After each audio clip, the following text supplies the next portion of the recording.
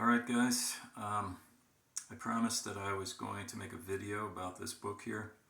So we're going to switch gears a little away from the magazines and look at this book. This is called Arnold Schwarzenegger, A Portrait, George Butler. It was published back in 1990, I believe, maybe 91, but I'm pretty sure it was 1990. And it's all apparently, according to what Butler wrote about the book, he basically authors the whole book throughout.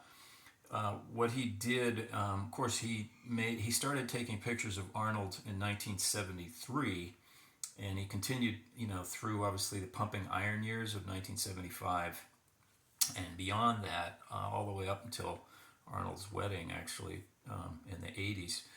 But anyway, apparently he had all these photos, because this was back in the days of actual film, and he hadn't ever developed them. They were basically still just negatives.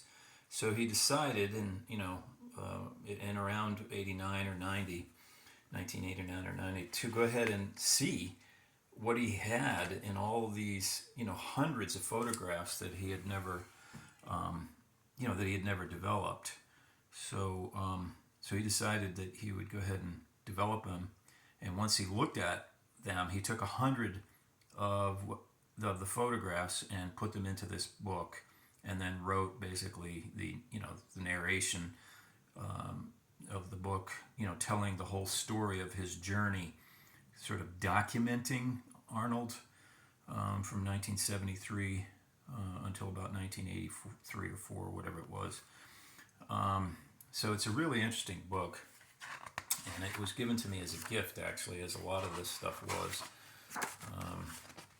As people knew I was a real bodybuilding and Arnold fan. This is obviously from the 1980 Mr. Olympia, because he's standing on a rock overlooking the harbor in Sydney, Australia. And there's a bunch of spectators looking up. So all of these photographs were taken by George Butler. This actually was published previously in Pumping Iron. It's Arnold's legs in New York City, in Manhattan, probably 1973, maybe 74. And here's a photo with his old girlfriend, Barbara Outland, I guess her name is. She's in that special all these years later that's on Netflix right now. Here's Arnold with some China doll or something. So looking pretty huge, but not super ripped or pumped or anything. And I guess here's Arnold in college earning his degree, his business degree. There's an interesting picture here. He's not competing. He's sitting with Franco and Bruno Sammartino. I guess they're judging a bodybuilding show, and probably again in New York City. Brooklyn Academy of Music, photographing, the pre-judging, of the Mr. America contest 1972. That's in the text here. So he's with professional wrestler Bruno Sammartino and Franco, and then of course a bunch of other people in the background. Don't know who this guy is, but he looks familiar. I may have known who he was in the past. Obviously a bodybuilder. Oh, and I forgot, there's Charles Gaines. And I know him because I met him back in 1978, actually. And it's a picture of Gold's Gym, the old Gold's Gym there in Santa Monica. And that's another photo that was published in Pumping Iron. Somebody's Marmaduke dog there, probably the owner, or one of the other members or something like that. Big pooch. And then these photos here of him doing his leg workout with Denny Gable, those have been published, I think, before, maybe in Pumping Iron. I don't know. I've seen so many damn, photos at this point. I'm starting to lose track. But anyway, it looks pretty. That looks pretty raw, don't you think? I mean, I realize it's also a black and white photo, but just the, you know, the bare bones, you know, Gold's Gym back then. Um, and there's a picture getting oiled up. I think actually for a posing exhibition in Massachusetts. Um, yeah, this is the, what is this called? The Holyoke, Massachusetts, like their venue for their bodybuilding contest, and Arnold was a guest poser there. They were trying to, Gaines and Butler were trying to, you know, do some preliminary stuff for their idea about the book, and then of course, which became the movie, Pumping Iron.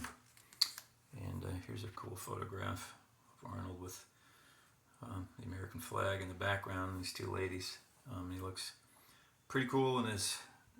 You can say what you want to. I lived through the 1970s. I was in high school from 1973 to 1977. And, you know, yeah, maybe some of the fashions, those big, huge collars and all that, but, you know, some of that shit was pretty cool. You know, some of those styles and those clothes, you know, it's pretty cool stuff. But anyway, Arnold looking pretty good there. And here's a picture that probably isn't published anywhere else. Ken Waller and Joe Weider, and there's Arnold getting ready to do his posing routine. It's just same, you know, same place. You know, he's relaxed for the most part, but he's looking pretty freaking phenomenal right there. But I wanted to just, you know, we'll come back on another video, and I just wanted to talk about this thing here that I had mentioned that I was going to read. Here's obviously Arnold during the pumping iron time with the ballet lessons and everything. But anyway, this right here, this text right here, I'll read it to you. We'll look at it. This is after they've done their promotion for Pumping Iron at the Whitney Museum, and I had Arnold, Frank Zane, and Ed Corney on this little rotating kind of thing, and they had all these art people there. This was in, you know, New York. He says, I was in a taxi with Rusty Unger and Candice Bergen. Candy was then reporting a monthly segment for the Today Show. One of her segments was about Arnold. When it was shown, it was of course a big boost for my struggling movie. You know, George, Arnold and bodybuilding have peaked. It's all gone about as far as it can, Candy said, as we waited at a stoplight on Fifth Avenue. I was a little taken aback by this statement. I disagree, I said evenly. Come on, said Rusty,